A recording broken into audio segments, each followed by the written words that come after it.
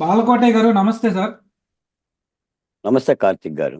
సరే, వాళ్ళ పేపర్లో వచ్చిన ఒక హాట్ న్యూస్ ఏంటంటే, ఈ ఉమ్, యాత్ర టూ దర్శకుడు మహి వి ఉమ్, రాఘవ ఈయన పేరు. ఈయనకి ఉమ్, హార్ట్లీ హిల్స్ లో, అంటే ఆంధ్ర ఊటీ అంటారు దీన్ని, మన మదనపల్లి జిల్లా, మన మదనపల్లి దగ్గర అన్నమాచార్య జిల్లాలో 2 ఎకరాలు ఉమ్, ఈయన కట్టబెట్ట ఉమ్, జరిగింది అని విన్నాను. అంటే దానిలో ఉమ్. నిజమంతా మీ దాకా కూడా వచ్చిందా? అసలు మీ విశ్లేషణ ఏంటి సార్? కార్తిక్ గారు నమస్తే. ఇప్పుడు ఈ యాత్ర టూనే కాదు, జగన్మోహన్ రెడ్డి గారి పరిపాలనలో ఎందెందు వెతికినా అందందే కనిపిస్తుంది అని చెప్పి దోపిడీ ఎక్కడైనా కనిపిస్తుంది.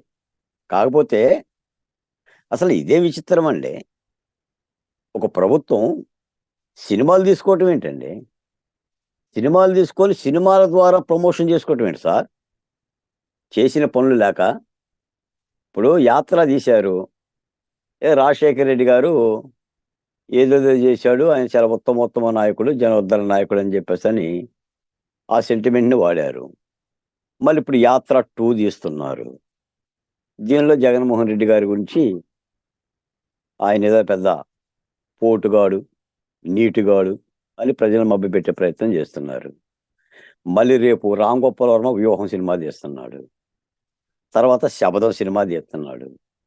సినిమాలు తీసుకుంటే బాగుంది కదా జగన్మోహన్ రెడ్డి గారు. ఇంత వైపరీత్యం ఏంటి సార్? నాకు అర్థం కావట్లా. పైపచ్చి దీనికంట సదర్ రామకృష్ణారెడ్డి అందరికీ తాకీదులు జారీ చేశాడు. వాలంటీర్లు ప్రజలందరూ తీసుకెళ్ళి సినిమా హాల్లో కూర్చోబెట్టాలంట, చెవులు మూసి సినిమాలు చూపించాలి. మళ్ళీ ఇప్పుడు ఇవాళ ఈ యాత్ర టూ సినిమా తీసిన దర్శకుడు ఆ రాఘవకు ఒక 2 ఎకరాలు కట్టబెట్టే ప్రయత్నం చేస్తున్నారు. దాదాపు 20 కోట్లు అంటున్నారు ఇప్పుడే. అంటే అంటే మేము ఏది చేసినా చెల్లుబాటు అవుతుందనా, లేకపోతే మేము దిగిపోతున్నాం, ఇక యాత్ర ముగించుకుంటున్నాం కాబట్టి మళ్ళీ అవకాశం రాదనా? నేను అడుగుతున్నాను కార్తీక్ గారు. ఈ రోజున 2 ఎకరాలు 20 కోట్ల రూపాయలు రాఘవాకి ఇచ్చింది అనుకోండి జగన్మోహన్ రెడ్డి ప్రభుత్వం, వచ్చే ప్రభుత్వం తీసుకోదా? వదిలేస్తుందా? తీసుకోవాలి కదా. తీసుకున్నందుకు కూడా రాఘవాన్ని అరెస్ట్ చేయాలి కదా. ఇవన్నీ కిట్ప్రోక సిద్ధాంతమే కదా, నీకింత నాకింత అనే పద్ధతే కదా, పంచుకోవటమే కదా. మొన్న ఈ మధ్య మీరు అన్నారు, కేవలం 84 మంది సలహాదారులకు 680 కోట్ల రూపాయలు చెల్లించారు. 680 కోట్లు అండి. ఓ పట్టిసీమ ప్రాజెక్ట్ వస్తుంది ఆ డబ్బులతో. మరి దానికి ఏం పనిష్మెంట్ చేయదా వచ్చే ప్రభుత్వం? మేము అడుగుతున్నాం చంద్రబాబు నాయుడు గారిని, నన్ను లోకేష్ గారిని. ఏదో ఎర్ర పుస్తకం అంటే కాదు, వీటన్నిటి మీద ఇప్పుడే హామీలు ఇవ్వాలి. ఈ ఈ సలహాదారులు 84 మంది నుంచి డబ్బులు రికవరీ చేస్తారా? ప్రజాధనం లేదు వదిలేస్తారా? ఈ యాత్ర టూ రాఘవాన్ని ఇచ్చిన పొలాన్ని రికవరీ చేస్తారా? వదిలేస్తారా? అసలు పప్పు బెల్లాల్లో పంచుకుంటున్నారేంటి సార్? ఇది ప్రజల సొమ్ము అనుకుంటున్నారా, అత్తగారి సొమ్ము అనుకుంటున్నారా? లేదు ఇక రాము మనం కాబట్టి అయిన కాడికి తినేద్దాము అని అనుకుంటున్నారా? దాహాల్లో 2 రకాలు ఉంటాయి కార్తీక్ గారు.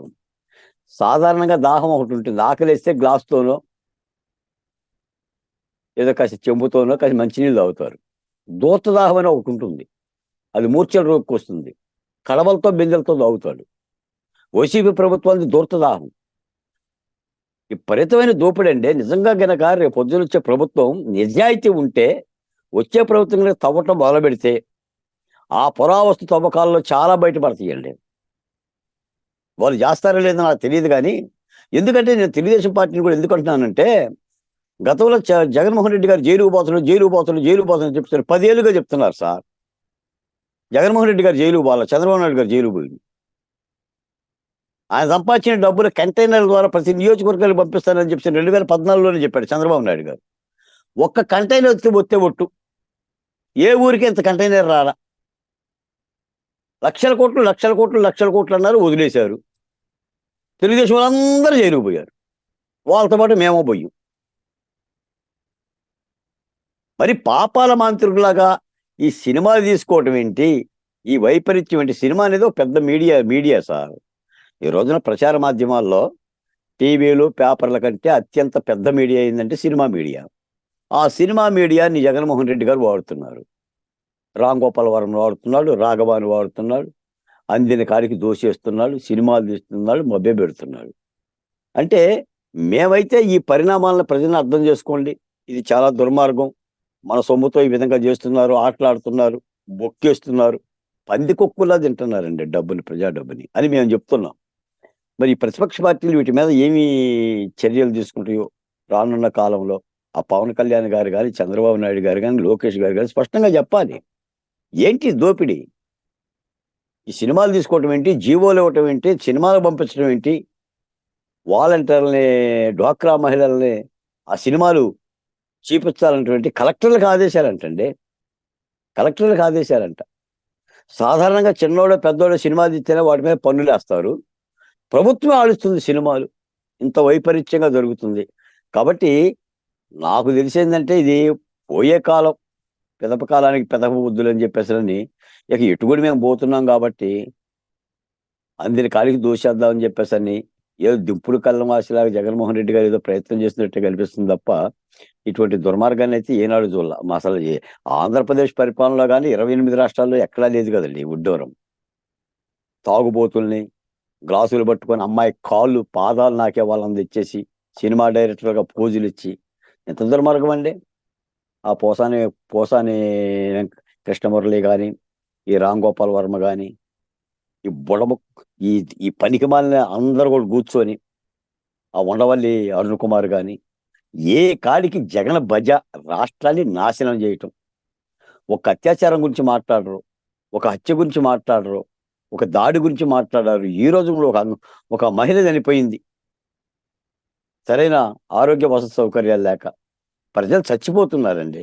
ప్రజలు చచ్చిపోతున్నారు, రక్తం కల్లేపలా కారుతున్నా కూడా ఆంధ్రప్రదేశ్లో వాటి గురించి మాట్లాడరు. కానీ జగన్మోహన్ రెడ్డి గారి మీద సినిమాలు తీసి ఈయనెట్టా ఆయన ఒంటరిగా వస్తాడు, ఆయన సింహం, ఏనుగు, పులి, ఎలుగుబంటి, మీరందరూ కలిసి వస్తారా?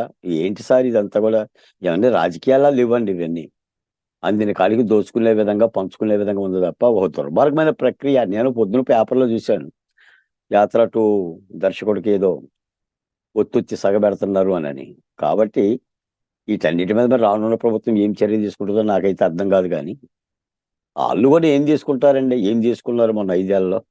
చంద్రబాబు నాయుడు గారు మాత్రం జగన్మోహన్ రెడ్డి గారు చేసే తప్పిదాల మీద ఏ చర్య తీసుకున్నారు చెప్పండి. మనలో మాట కార్తీక్ గారు ఒక్కటే 11 షార్ట్షీట్ కేసుల్లో ఉండి కూడా ఏం చర్యలు తీసుకున్నారు? ఆయన అనుయాయుల మీద ఏం చర్యలు తీసుకున్నారు? ఏం దోపిడీ చేయలేదా? ఏం తినలేదా? రాజకీయాలకు వచ్చి సభలకు వచ్చేసరికినేమో అరివేర భయంకరుడుగా వాడు అవినీతి పరుడు, వాడు సైకో, వీడు క్రిప్రోకో అని అంటారు.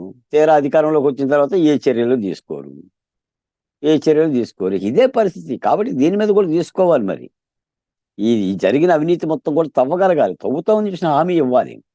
ప్రతిపక్ష పార్టీ కూడా మేనిఫెస్టో ప్రకటించడం కాదు, మేనిఫెస్టోతో పాటు ఈ రాష్ట్రంలో జరిగిన దోపిడీని నివారించడానికి సంబంధించి కూడా ఒక మేనిఫెస్టో ఉండాలి, ఒక మినీ మేనిఫెస్టో. ఆ ప్రక్రియ చేయాలండి. ఆ ప్రక్రియ చేయాలి. లక్షల కోట్లు సార్. దాదాపుగా ఆంధ్ర రాష్ట్రం అప్పే 11 లక్షల కోట్లు అండి. ఏటా పెడుతున్న బడ్జెట్ 2,80,000 కోట్లు అండి. 5 ఏళ్లలో దాదాపు 15 లక్షల కోట్లు అండి. భూములు తినేస్తున్నారు, ఇసుకలు తినేస్తున్నారు, మద్యం లాగేస్తున్నారు, పోర్టులు అమ్ముకుంటున్నారు. అరే 9 కిలోమీటర్లకి హెలికాప్టర్లు వేసుకొని వెళ్తున్నారు. 1000 మంది పహారాలు, సుందరమైన భవనాలు, ఋషికొండ మీద కట్టడాలు. ఏంటి సార్ ఇదంతా? ఒక పాలకులేనా లేదా విలాస పురుషులా? రాజులు కూడా ఇలా చేసి ఉండరుగా కార్తీక్ గారు. రాజులు కూడా ఇంత విలాసాలు చేసి ఉండరు. ఒక ప్రజాస్వామ్యం పేరు చెప్పి, ఎన్నికల్లో ప్రజల కోసం అని చెప్పి పేరు చెప్పి, ప్రజల గుండెల్లో ఉండాలి, వాళ్ళ కళ్ళల్లో ఉండాలని చెప్పి వాళ్ళ కళ్ళు పొడిచి, గుండెలు పొడిచి మరి ఇటువంటి ప్రక్రియని నాకైతే చాలా లేఖి కార్యక్రమంగా అనిపిస్తుంది. అది యాత్ర కాదు. జగన్మోహన్ రెడ్డి గారి యొక్క ప్రభుత్వానికి, అంతిమ యాత్రలా కనిపిస్తుంది తప్ప ఇవన్నీ నిలబడే యాత్రలు కాదనేది నా భావన. ధన్యవాదాలు సార్ పాల్గొట్టే గారు.